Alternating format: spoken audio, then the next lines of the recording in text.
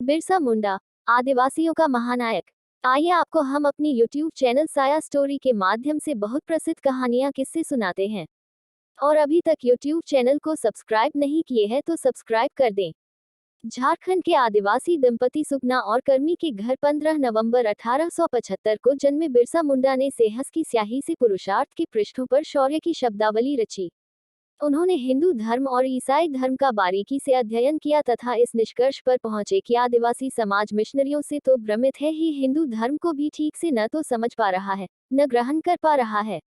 बिरसा मुंडा ने महसूस किया कि आचरण के धरातल पर आदिवासी समाज अंधविश्वासों की आंधियों में तिनके सा उड़ रहा है तथा आस्था के मामले में भटका हुआ है। उन्होंने यह भी अनुभव किया कि सामाजिक कुरीतियों के कोहरे ने आदिवासी समाज को ज्ञान के प्रकाश से वंचित कर दिया है।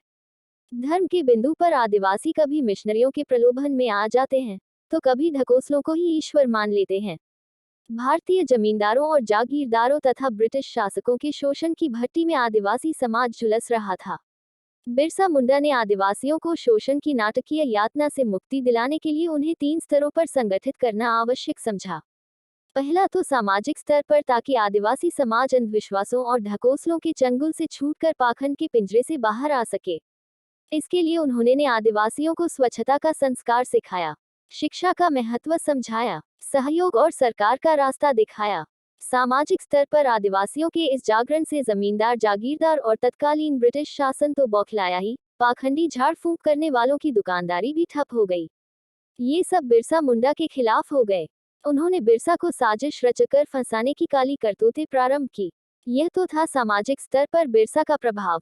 दूसरा था आर्थिक स्तर पर सुधार, ताकि आदिवासी समाज को जमींदारों और जागीरदारों का आर्थिक शोषण से मुक्त किया जा सके। बिरसा मुंडा ने जब सामाजिक स्तर पर आदिवासी समाज में चेतना पैदा कर दी, तो आर्थिक स्तर पर सारे आदिवासी शोषण के विरुद्ध स्वयं ही संगठित होने लगे। बिरसा मुंडा ने उनके नेतृत्व की कमान संभाली। आदिवासियों ने बेगारी प्रथा के विरुद्ध जबरदस्त आंदोलन किया। परिणामस्वरूप जमींदारों और जागीरदारों के घरों तथा खेतों और वन की भूमि पर कार्य रुक गया। तीसरा था राजनीतिक स्तर पर आदिवासियों को संगठित करना।